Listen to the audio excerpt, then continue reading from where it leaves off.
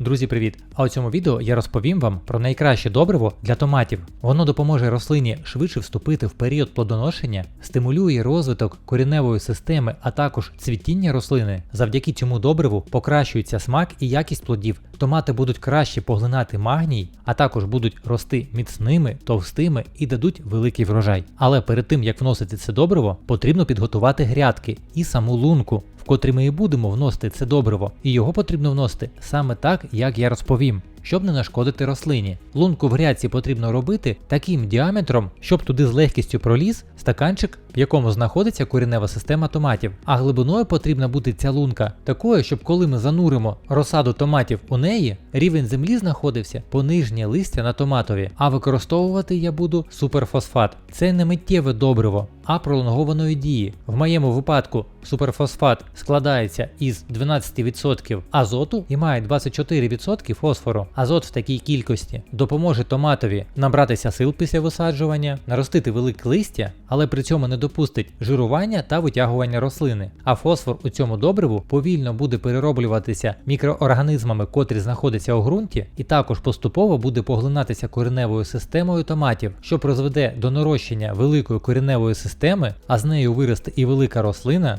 Після цвітіння квітки не будуть опадати, і тим самим ми збільшимо врожай. Норми витрат цього добрива під одну рослину приблизно 10 грамів. Тому однієї столової ложки мені вистачає, щоб додати це добриво у 3 лунки. Максимум можна додавати 1 столову ложку на 2 лунки, але так це добриво не залишаємо, і щоб не нашкодити кореневій системі, ми повинні це добриво перемішати з ґрунтом у лунці. Потім потрібно обов'язково добре пролити лунки. Наповнюємо їх практично повністю. Даємо воді увібратися, і вже коли на дні залишиться трохи води, можна приступати к висаджуванню розсади. Як я і казав, розсаду занурюємо по перше справжнє листя. Якщо на вашій розсаді томатів ще є сем'ядольне листя, то ми його видаляємо і саджанець занурюємо, як я і сказав. Це, по-перше, дозволить додатково наростити кореневу систему на всьому стовбурі, який буде знаходитись у ґрунті. Таким чином, розсада томатів деякий час призупиниться в рості, але не хвилюйтесь, не буде тимчасово рости надземна маса, а коренева система в цей час буде розростатися. А потім, коли вона наростить достатньо кореневу систему, ви побачите